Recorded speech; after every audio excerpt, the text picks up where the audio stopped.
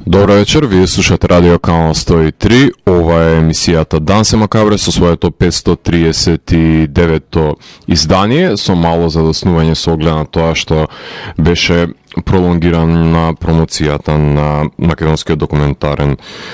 филм Јанза, посветен за Блаже Коневски, на која што присуствував, па непосредно по нејзиното завршување долетав во емисија за да можам да ви говорам за 539-то издание на емисијата, која што за време на COVID пандемијата започнав еден серијал на емисиите посветени на запоставените, условно кажано, филмови, односно на творби кои некогаш прелетуваат под сечи радар и сметам дека тие си го бараат своето внимание, меѓутоа нудат за возрод по различен поглед на светот, кој може да му помогне на некој гледач да се пронајде себе си во нив или па да согледа нешто од нив во себе, кое не бил свесен дека постои. Некои од нив се совршени остварувања, но имаат некоја нишка можеби на оригиналност и неповторливост, која ќе се изучува како која ќе се прегледа минатото на филмот и со сите тие нивни недостатоци ги прават да бидат уникатни творби кои нема како нив и затоа сметам дека е убаво во оваа емисија да бидат напоменати. А овој серијал на изданија го нареков Макабре Филмфест, а вечерва ќе го слушнете 27-то издание, во кое најпрвин, како и во секој од нив, ќе отстапан место за жанровските филмови, кои ги именуваат пред се правилата на игра, односно хорор филмовите кои ќе бидат составен дел од листата на 50 најквалитетни хорор филмови на годината, од кои последната епизода во годината го барам добриот од нив, а едниот од нив е добро подмачкана машина, а другиот експериментира со еден поджанр кој што отвора нови можности за амалгамирање и изразување пред се во рамките на експерименталниот филм. Од мелодрамите издвоив две драми, кај што Измамата го има последниот збор, само што во првиот случај е богато семејство Метата на Измама, а во втората една млада и неискусна девојка. За крајот на емисијата секогаш ќе биде остапено место за документарните филмови, овој пат еден документарен филм за професионална скејтерка која што транзитира во машко и филм за унифицитарните елементи на одметничките музички и филмски жанрови кои имаат заеднички особености за кои деценија и пол се говори во оваа емисија, односно станува збор за хорор и метал. Останете во удобноста на домовите и препуштате се на моќта на филмот со помош на Дансе Макабре, а на почетокот на емисијата имаме може да слушнеме две композиции кои што се наоѓаат на новото студиско остварување на ново образование, малтене Band Host, односно на нивниот албум 9. Имавме можност да слушнеме Wretched Soul и Hiding From Tomorrow, а во продолжение ќе слушнеме и My Only Escape, односно станува збор за проект кој што е составен од два члена, односно основачите на култниот бенд Paradise Lost, имено вокалот Ник Холмс и гитаристот Грег Мекинтош, кој што има еден албум кој го снимија со Paradise Lost, кој што беше именуван како хост и врз основа на тој албум се навраќаат на нивниот Dark Wave призвук, кој што е повеќе поблизок можеби и до 80-тите и до синтвейв влијанијата кој што ги има Paradise Lost и буквално создаваат еден нивен одговор на Депеш Мод со ова одлично албумско остварување, кое што се надевам дека ќе следуваат дополнителни истражувања на овие пространства кои можеби во рамките на Paradise Lost немале доволно можности да ги допрат. Така што во продолжение ќе слушнеме My Only Escape во рамките на емисијата Дансе Макабре, во која 14 сезони се зборува за уметност, борба против лицемерието, зависта и користолюбието, и тука уметниците се вистински херои, а не политичарите, и секој издание е на мала победа против шундот и апатијата. Целта на емисијата е да го доближи квалитетниот филм до секој слушател и да воспостави диалог помеѓу уметноста и реалноста. Вечерва имаме закажано полноќен танц со смртта по 539 пат. Јас сум Златко Ѓелески, а вие останете со трансмисијата на Канал 103 до крајот на светот. Вие слушате Радио Канал 103, ова е емисијата Дансе Макабре со своето 539-то издание, односно именувано како Макабре Филмфест, посветено на актуелни и квалитетни филмски остварувања. Веќе сте информирани дека во секоја епизода на која го носи под наслов Макабре Филмфест се квалификуваат неколку хорор филмови кои ќе завршат на листата на 50-те најквалитетни хорор филмови на годината и некој од нив ќе биде избран за токму тоа хорор на годината според Дансе Макабре. Оваа година започнавме многу слабо, морам тоа признам, прв квартал и едва и 9 филма завршија на листата, од кои неколку се документарни, а статистиката вика дека барем 15 филма треба да брои оваа листа досега и тоа говори дека слаби сме со квалитет оваа година и ако продолжат да разочаруваат медиокритетните хорор филмови, ќе остане листата пократка, но имам надеж во Scream 6 и во Evil Dead Rise, кои се уште не ми се гледани, така што би требало да имаме поплоден квартал, барем наредниот кој што следува, а признавам и дека немав доволно можност да гледам филмови во изминатите 2 месеци со оглед на тоа што јас го режирав мојот филм, така што во наредните месеци ќе се обидам да искупам што е можно повеќе за да можам да ви понудам подобар избор и по-диверзитетен избор и по-голем квалитет кој што би го содржале. А денес започнуваме со мексиканскиот хорор филм Хуесера The Bone Woman. Хуесера, односно The Bone Woman, е режисерско остварување на Мишел Гарза Сервера, односно ова е незиниот прв долгометражен игран филм, ама претходно има работено неколку кратки филмови. Режисерката, еден од нив е составен дел и од омнибусу Мексико Барбаро 2, режира неколку епизоди од серијата Маре Алта и работи на незиниот нареден долг филм Пализада, мексиканка која што дипломира во Англија и се страв во хорор жанрот како спој на овие две култури, односно сними филм за Валерија, глумена од Наталија Солијан, која одлично го носи филмот на својот грб, која што дознава дека е бремена и на Веста најмалку се радуваат незината сестра и мајка, кои ја обвинуваат дека нема да биде одговорна мајка. Единствено, незината баба се радува на Веста, но тоа ја присилува да се наврати на незиното детство и да согледа Валерија дека некој и има фрлено клетва, па со помош на антички ритуали на бабата ќе успее дел од клетвата да извади, односно од себе со помош на обредот на јајце, од кој што ќе се извие пајажина, како еден вид на магија за развлекување на злите сили кои што некој ги има фрлено, односно тоа evil eye што во светски рамки е попознато, доаѓајќи до елементите на мексиканскиот фолклор и пред се символиката на пајаците кои што се распространети во халуцинаторните сцени широм филмот, затоа што Валерија нели е прогонета од еден ентитет кој неретко ја зграпчува и низината нога додека спие и го напаѓа низиното неродено бебе во халуцинациите кои што ги има. По насилната пресметка со ентитетот дознаваме дека околината ја форсирала пред се на живот кој не сакала Валерија да го живее, но убедена е дека убедена била дека е вистинскиот избор за неја да заврши со сопругот наместо со девојката која што ја сака, нели доаѓајќи до суштествувањето во срцевината на филмот, кај што негодувањето се манифестира преку надприродните битисувања пред се. Аналогијата може да се повлече со класите над него Розмариното бебе во контекст на исчекувањето на новороденчето, како налик филмот на Полански, но не е тоа централниот двигател во овој филм, напротив, изборот кој е присилена да го направи мајката е суштината на делото и солидни се застрашувачките сцени, морничаво е кршењето на коските на ентитетите, односно спојот на мексиканскиот фолклор, подсетување на ова е нели народ кој измисли Ла Љорона, така што богата е традицијата во контекст на митолошките преданија, но ова повеќе се врзува и со телесниот хорор, како една закана за мајката која не сака да биде мајка по своја волја. Нур Рубио Шервел е снимателката на филмот и навикнати сме да гледаме малтене е понаивен пристап од режисерки ако влезат под закрила на студискиот систем,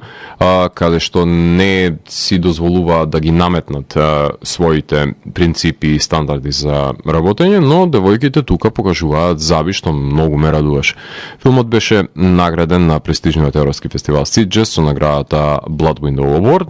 за најдобар филм и наградата Citizen Kane Award за најдобро режисерско остварување. На фестивалот во Торино исто така ја доби наградата Гралот во својата категорија и на Требека беше награден со наградата Нора Ефрон за најдобар нов режисер. Играше и во Сараево, на Palm Springs, во Чикаго, на Fantasy Film Fest, односно на неколку значајни фестивали пред се и за жанровскиот, меѓутоа и за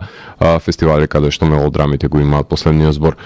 Дистрибутери во американските киносали се XYZ Films, а на дигиталните платформи заврши, се разбира, на хорор стриминг гигантот на Shudder.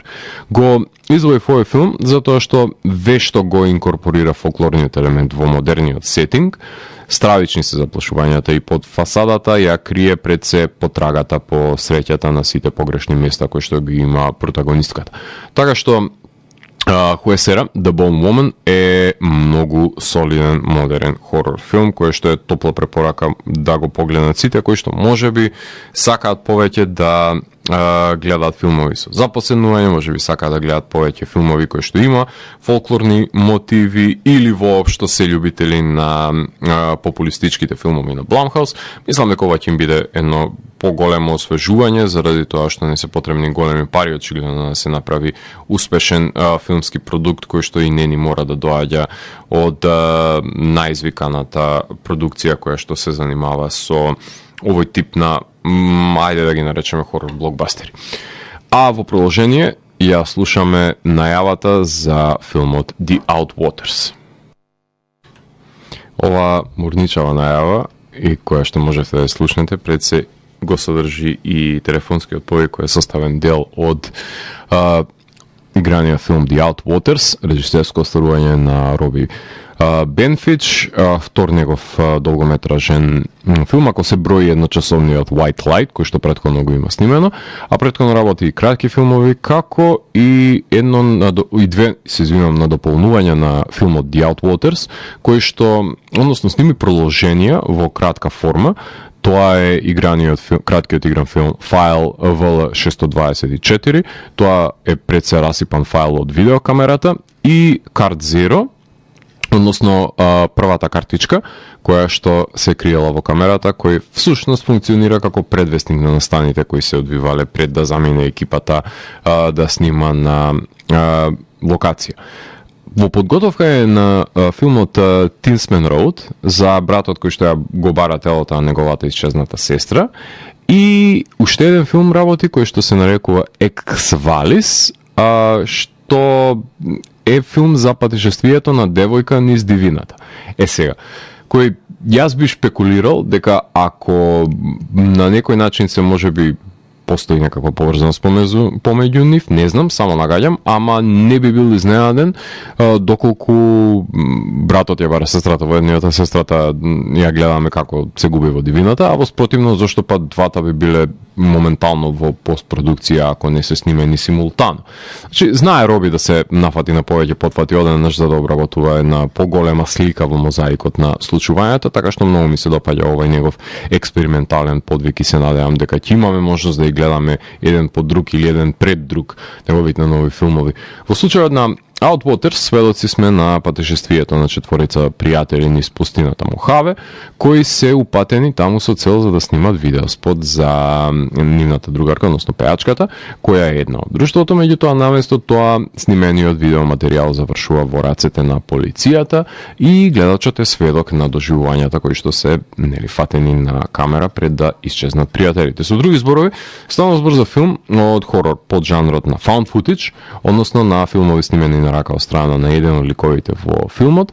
во манирот на Blair Witch Project, иако има неколку кадри кои што се асоцијативни на Tree of Life на Теренс Малик, конкретно тоа се кадри во пустината каде левитира камерата, односно кај него тоа е референца нели за загробниот живот во ситуација на овој филм. Не е тоа. Така, меѓутоа found footage поджанрот има многу строг норматив, морам тоа да го напоменам, односно правила до кои авторите мора да се придржуваат ако сакаат убедливо дело да снимат, и тие правила се толку ригорозни, односно не смее да има музика, мора да има оправдување зошто се продолжува да се снима, мора да има оправдување зошто не може да се бара помош во таа ситуација во 21. век. Значи, мал милион на правила кои што не дозволуваат да се сними добар found footage, без да има некаква дупка во нормативот, односно без да се прекрши некој од тие правила и да се направи понеубедлив филм. Баш поради тоа. Што на моменти мислам дека и не е ефективно решено во ова дело, поради тоа што, например, на почетокот многу добро се доловени, и тоа од прва, кадрите во кои што е измонтиран видеозаписот на пејачката од снимените материјали на SD картицата. Со оглед на тоа што филмот не е составен од SD картици кои што се најдени во камерата. Не дека секогаш од прв тейк го добивате тоа што ви треба за да снимите совршен видеоспот, го знам тоа најдобро на своја рака, така што ја има потребата од поврзување, например, ликот со хипи духот на нисината мајка, како и потрага по себе си, нели, во пустината, што тоа сме го виделе и во многу други филмови. Не е доволно посочена, односно фиксацијата на од непреченото снимање, например, и доста инвентивна е самата идеја да ги следиме, нели, да ги гледаме снимките на SD картиците од камерата, во кои првата е многу ригидно, нели, запознавање со ликовите, на втората веќе започнуваат монструозните дејанија во пустината, а третата е комплетен експериментален хорор филм, каков што одамна не сум погледнал, за разлика, например, од Skinamarink. Овој филм има ликови и заминува филмот во лавкрафтовски води, со космички страв, джиновски црви кои што вриштат, но и се појавуваат мутантски битија кои се осветлени со светло од електрична лампа, и тоа ги прави уште позастрашувачки заради тоа што не знаете ни што гледате, ни каде го гледате. Играта со звуците е доминантна во филмот, со кој се надразнува пред се гледачот, кој не може да ги види битијата во целост, но се иницира стравот од погледнатото и слушнатото, кој се комплетира пред се во мислите на гледачот, а не на екранот, што сметам дека е вешт механизам и поигрување со сите алатки кои што се на располагање на Роби, затоа што има доволно крв и црева за да се нарече ова хорор филм, за разлика од Skinamarink, повторно ќе кажам, кој што е комплетен експериментален хорор филм направен да се евоцира чувството на дезориентиран спомен од детството. Тука има какво такво многу тенко действие, зборувам сега за The Outwaters, кое убаво ќе биде да ги имавме на располагање и останатите фајлови на SD картицата за да се комплетира, нели, приказната. Без нив поврзувањето со ликовите речиси невозможно. Пред се за мој вкус мислам дека Роби претерал со време траењето, со оглед на тоа што филмот трае 110 минути, ако не се лажам, да скрател пола саат ќе беше совршен found footage филм, затоа што по дефиниција треба да делува како нецелосни филмови и во нивната буквално некомплетност да е содржаен тој интензивен удар кој што поседуваат. Френетичното музичко поигрување на Роби во соработка со Селен Беладона, која снима и Дансе Макабре за филмот, една од композициите, односно Роби презема премногу според мене функции пред и зад камерата, што секако дека очини делото, ама барем визијата му е јасна и се држи до неа. Беше награден како најдобар филм на Unnamed Footage Festival и дистрибуиран е на хорор стриминг каналот Screambox. Играше и на Panic и на Chattanooga, кои што се одлични одскочни даски за фестивали за хорор филм. За поздрав е смелоста на Роби, кај што наоѓа начин како да сокрие едно стравично битие при кристално чиста снимка на денешните камери, за разлика на Blair Witch, внесува експериментален манир во found footage, што е убава иновација која можеби некаде ќе води до други смели територии во иднината. Меѓутоа сега за сега, без разлика на проречениот наратив, The Outwaters е страшен found footage хорор филм, каков што одамна немало. Покрај него можам да ви напоменам само да ги погледнете филмовите Swallowed, Attachment, Unlocked, ајде да го напоменеме и да ја напоменеме и хорор комедијата Cocaine Bear, ако сте во расположено друштво, потоа Nanny Exploitation филмот Spoonful of Sugar, Unwelcome го имате и ќе го спомнам Knock at the Cabin, кој што може би и не вреди да се спомна, меѓутоа сметам дека Пол Трембли си имаше друга намера со книгата за да остане амбигуитетен, за разлика од менувањето на лицата на пишување што Шајамалан него долови како што треба во рамките на филмот. Меѓутоа ова се неколку наслови кои што беа поквалитетни во изминатиот период кој што имав можност да ги гледам. Се сомневам дека некој од нив, освен Outwaters и пред се Хуесера да Bone Woman ќе се најдат на листата на 50-те, тие два секако, меѓутоа останатите не верувам, освен ако годината до тој степен е лоша што ќе треба да се ослободи место и за нив. А во продолжение на емисијата ќе слушнеме 3 композиции кои што се наоѓаат на албумот Blood Money, Part 0. Станува збор за ново студиско остварување на сега веќе култниот new metal бенд Dope, кој што се оформени кон крајот на 90-тите во Њујорк. Станува збор за бенд кој што, ако не се лажам, ова е нивниот 7-ми албум, така, кој што е продолжение на претходникот Blood Money Part 1 од 2016 година, технички ова е неговиот приквел, ако повеќе милувате.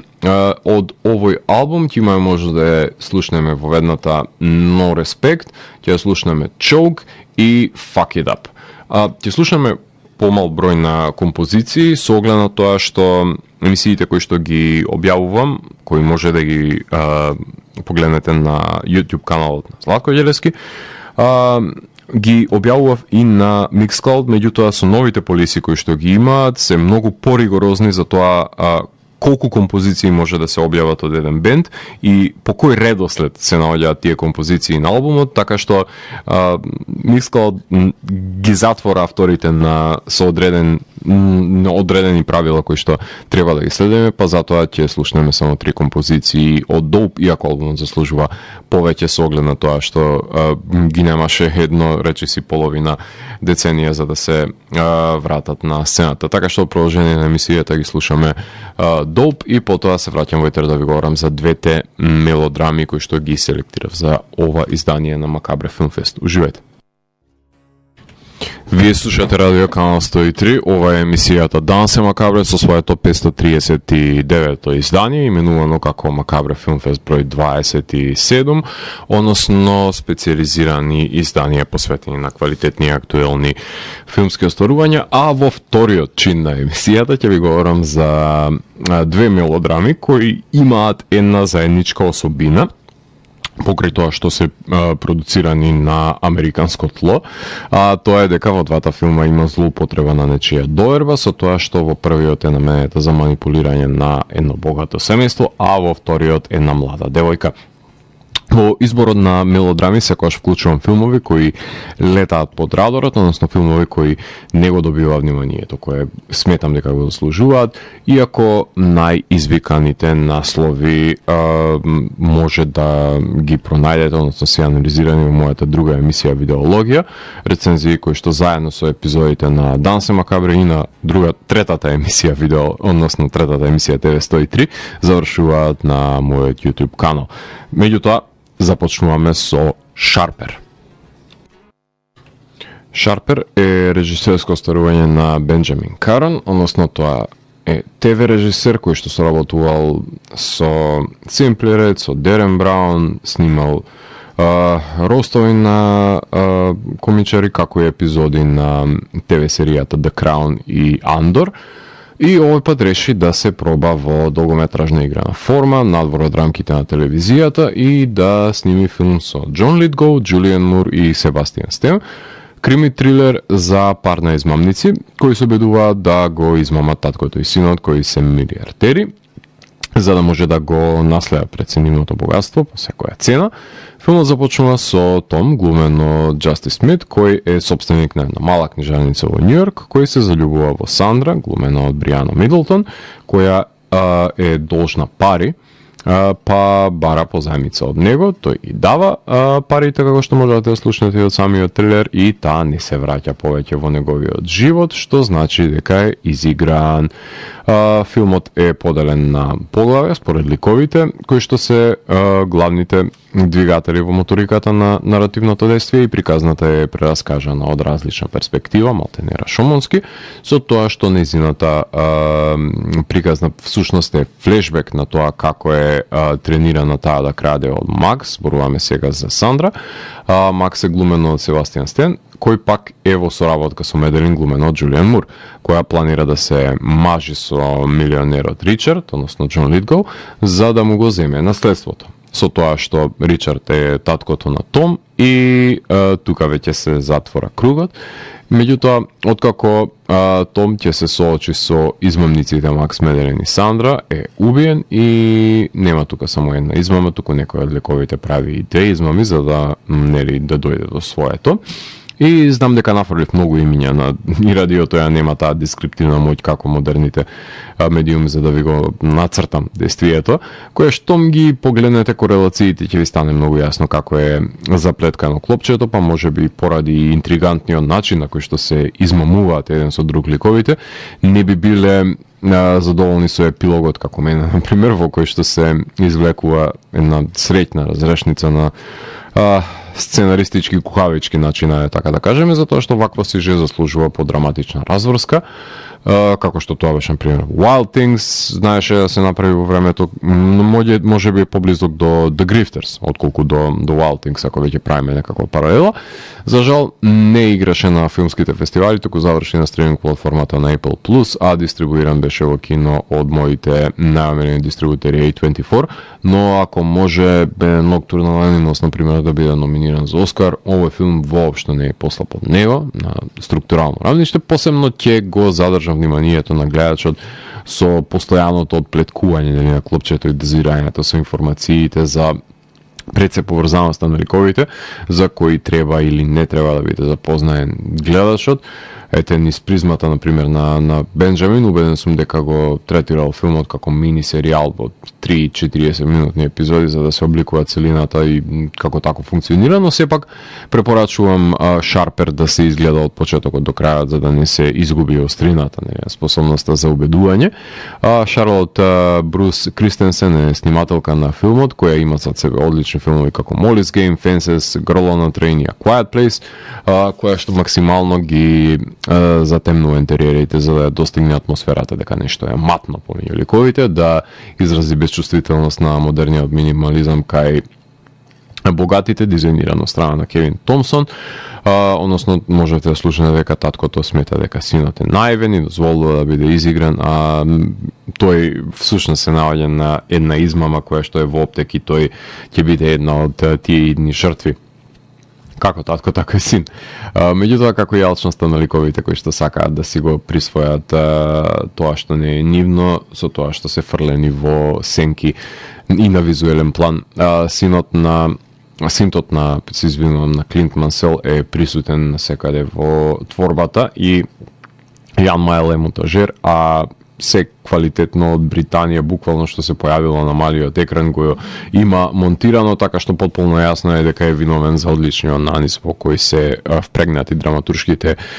низи без да го злоупотреби вниманието на гледачот. Секој од актерите убедливо го изведува својот дел од сложувалката без да се наметне врз сегментите на другите, иако убаво би било да погледнеме поголем дел од заемниот сооднос на ликот на Стен со двете девојки, ама сепак сите се од витално значење за разбирање на меѓусебната поврзаност, без која не би се комплетирало чинодействието. Еден модерен неонуар кој што заслужува според мене подобар епилог, наместо да се подпира на казнувањето на антагонистите. Сепак сме 2023 и може нешто подобро од тоа да биде понудено. Меѓутоа, до тогаш погледнете го Шарпер доколку сакате да уживате во криминалистички трилер. А втората мелодрама за денес е Palm Trees and Power Lines. Palm Trees and Power Lines е режисерско стрување на Джейми Дек, негов,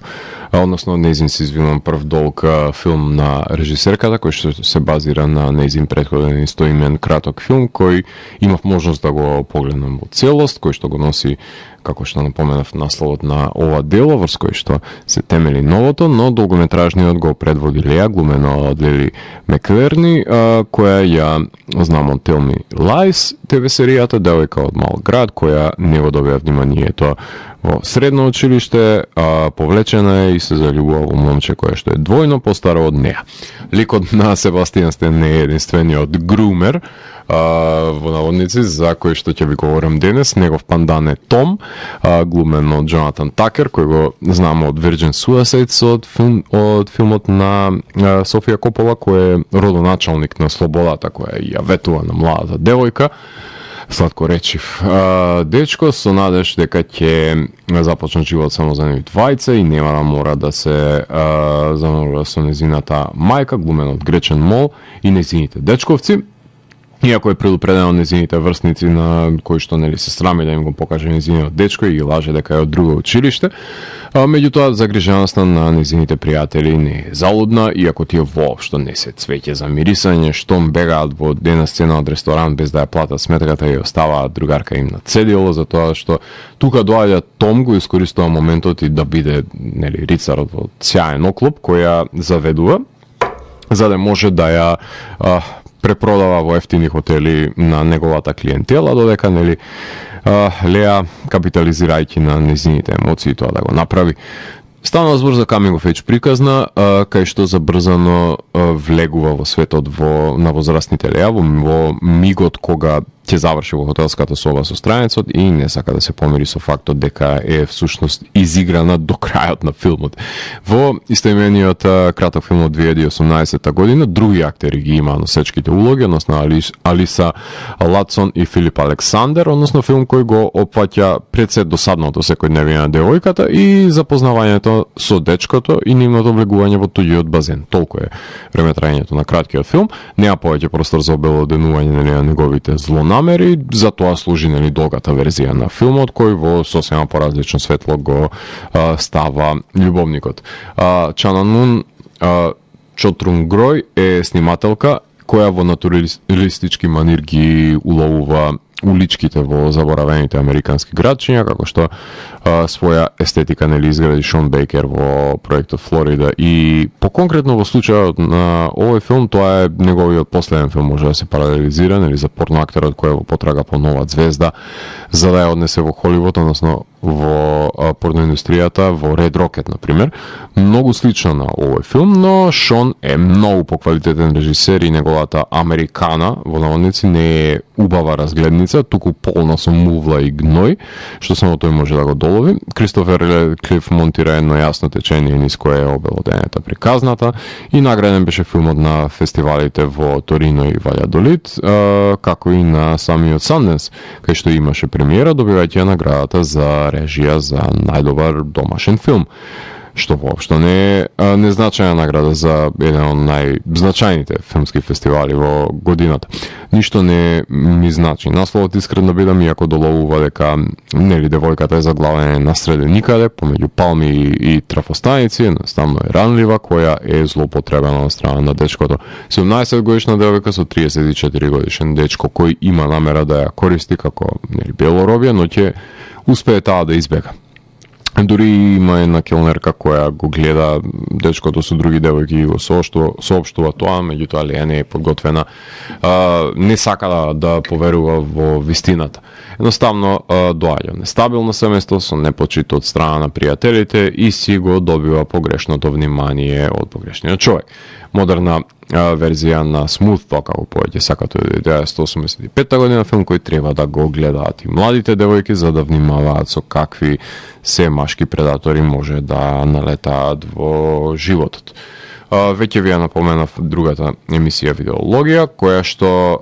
се надевам дека во наредниот период има можност да ги рецензирам The Whale, Rimini или па Woman Talking, некој од нив ќе биде следна рецензија, затоа не се составен дел од оваа емисија, меѓутоа како топло препорака можем да ви ги дадам филмовите Missing, Рабија Курнас vs. George W. Bush, потоа The Sun, се извинувам на Флориан Зелер,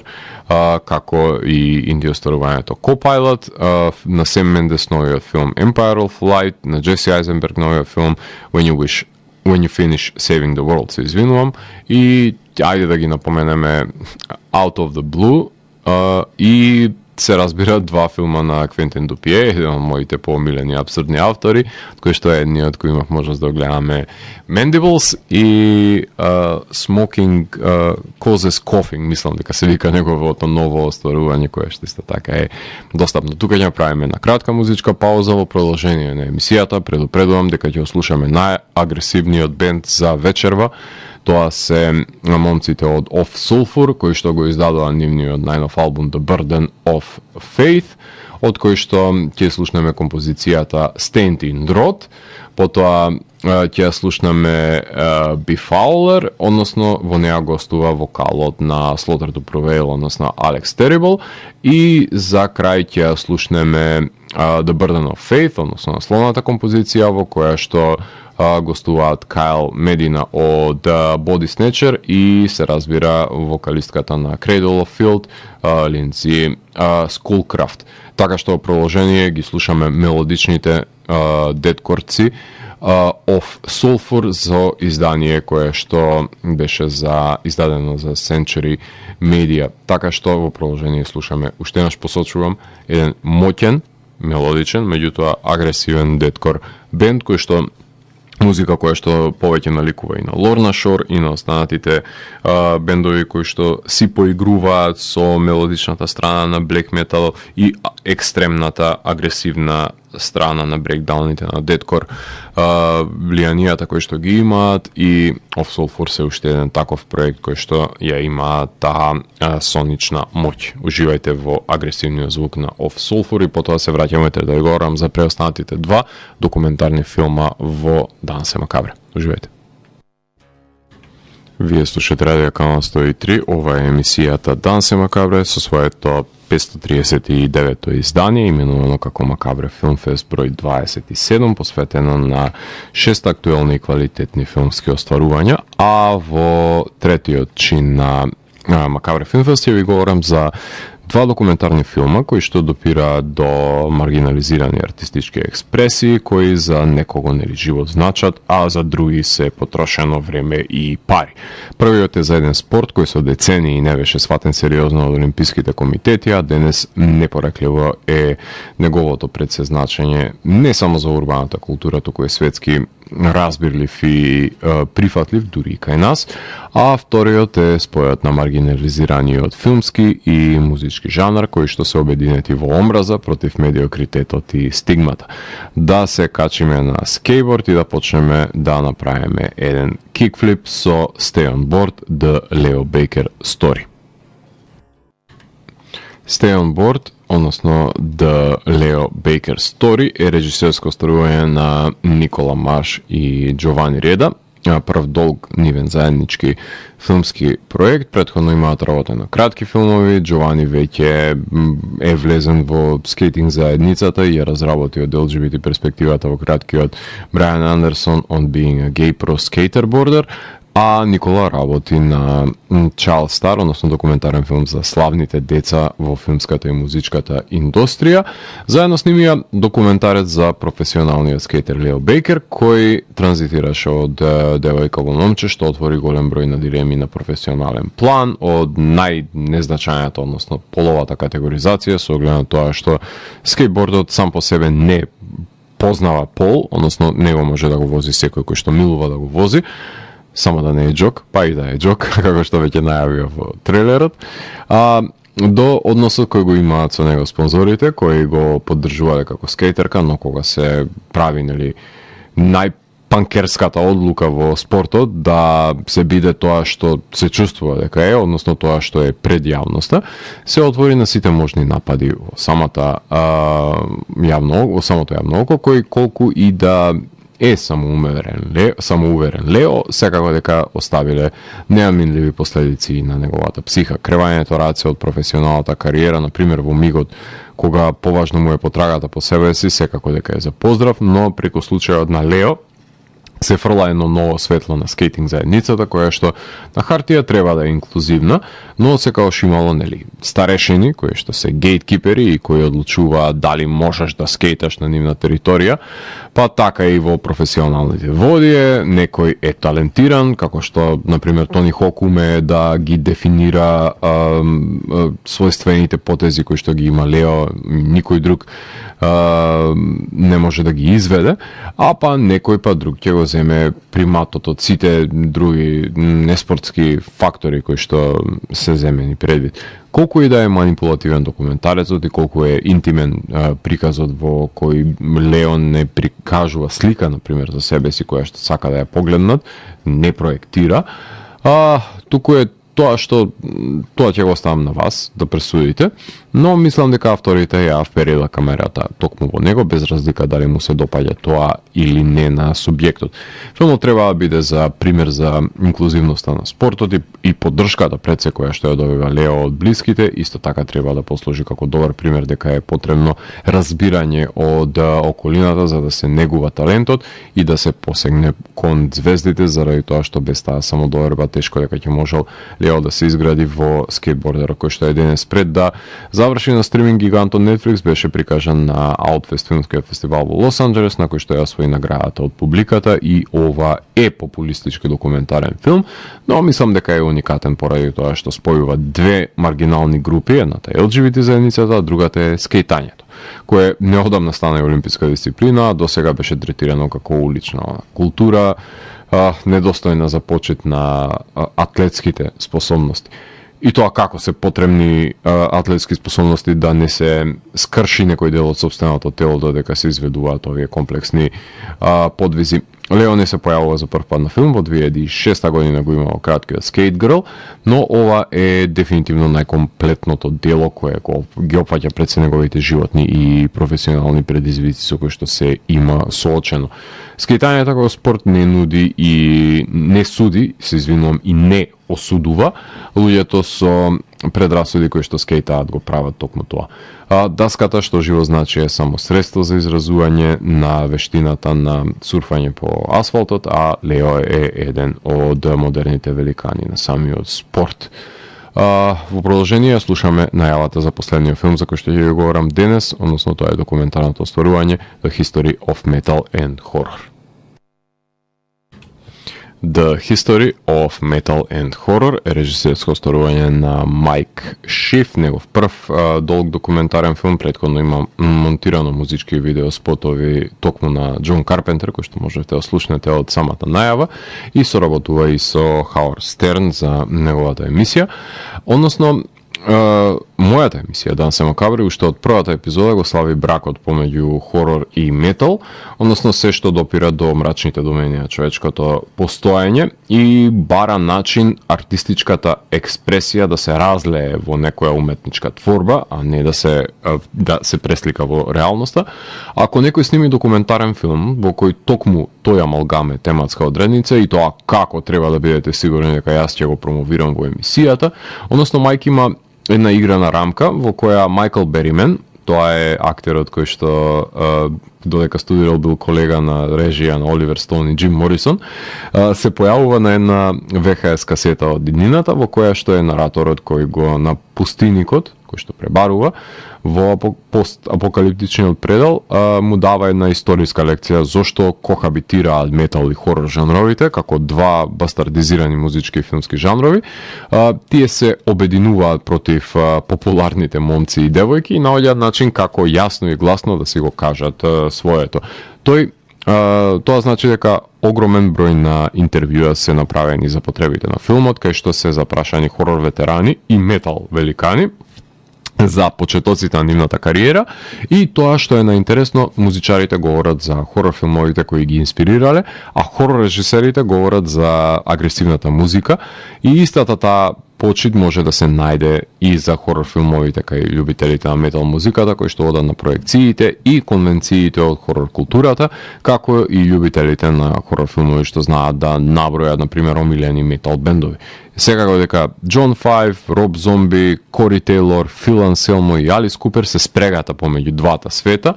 ама тука ги имаме и Джонатан Дейвис, Дейв Мустейн, момците од Антракс, Дойл го имаме од Мисфитс, Кирк Хамет од Металика, и тоа како се демонстрираат самите дека се огромни хорор фанови овие музички великани, така што поседувањето на заедничките именители и интереси ги обединува пред се отфрлениот од општеството, отфрлениците кои не сакаат да се поклонат на едноумието на толпата и сакаат да се идентификуваат со своите музички и пред се филмски херои, кои создаваат уметнички творби кои сведочат за неунишливоста на човечката душа и ќе ги надживеат сите останати узурпатори на капитализмот. Кейн Ходер, Гонар Хенсон, Линеа Квигли, Джон Карпентер, Даг Бредли и Бил Мосли се хорор ветераните кои тоа како се запознаени со моќта на метал музиката и незината неизбришлива трага која што има оставено врз човештвото. Майк е тој што го монтира филмот и ги снима пред се интервјуата со авторите, барем за мене не допре до некоја си констатација за која што во изминатата деценија неам верглано и ќе верглам со години во иднина за нераскинливоста помеѓу хорор и метал, но е постамент во документаристиката кој на најдостоен начин го истражува тој линк, таа поврзаност помеѓу жанровите, како отфрлени од мејнстрим кружоците, но со милионска публика која знае што пропушта доколку не гледа хорор филмови и не слуша метал. Тие што не ја знаат големината на овие жанрови не се свесни што пропуштаат во нивниот живот. Нека го дзирнат филмот и мислам дека нема да биде толку ригиден стравот и ставот пред се кон момците со долга коса кои што се дерат на микрофон и гледаат крвави и страшни филмови. Над 20 години ги величам и почитувам овие жанрови и ќе го правам тоа до крајот на животот за тоа што биле покрај мене, во добро и во зло, и ќе останат да ми ја хранат душата додека сум жив. Филмот играше на полскиот Сплет филмски фестивал, кој е правото место за спој на жанровите. Mass Productions го продуцира филмот, го имате на DVD и Blu-ray, како и на стриминг каналите на Amazon Prime, Vudu и за рентање на Vimeo и на YouTube. За филм, работен со буџет од $65,000, добивате 2,5 часа уживање на метал и хорор. Што би посакале повеќе во животот, како е на најдобра спрега помеѓу двата жанрови, како што слушнате од самата најава, е и Black Sabbath. Името на првиот, условно кажано, heavy metal бенд кој што започнал,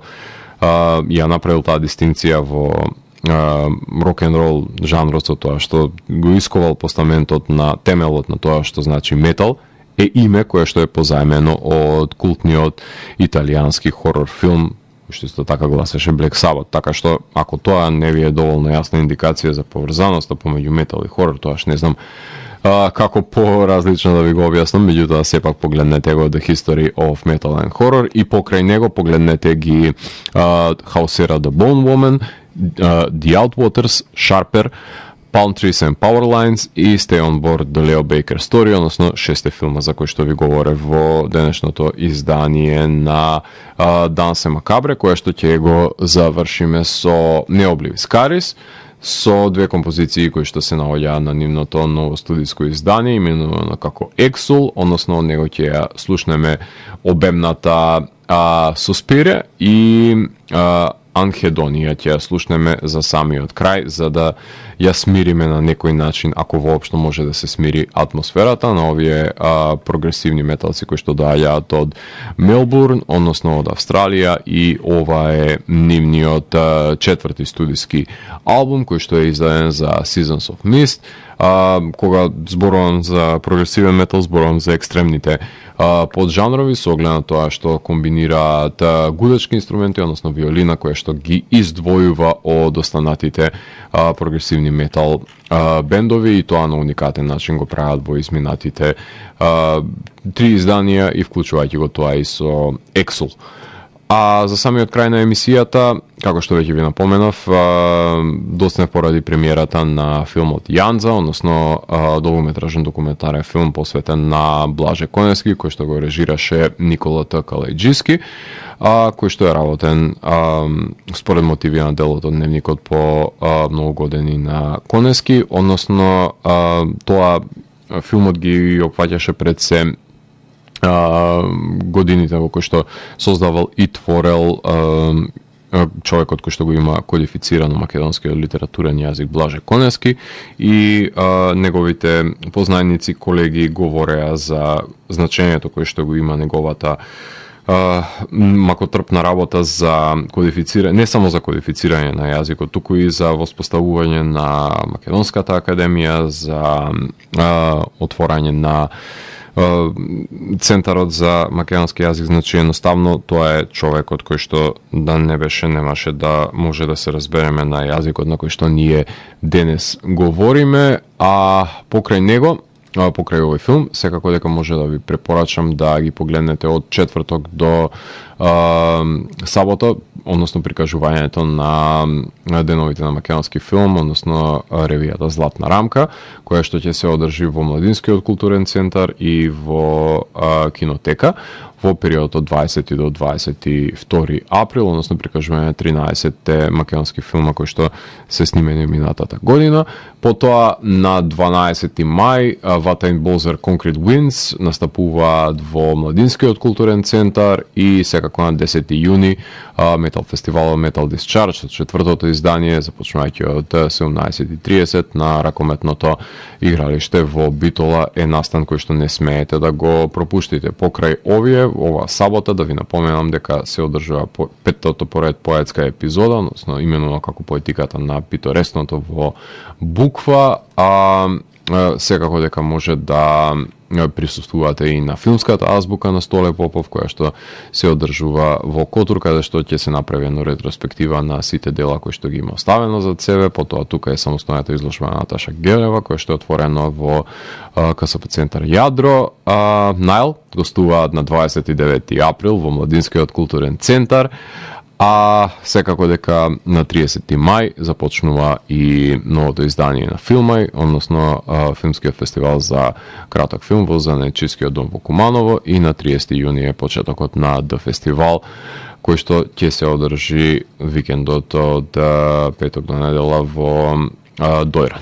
Така што, на кратко, ова се настаните кои сметам дека не треба да ги пропуштите, заради тоа што културата ја оплеменува човечката душа.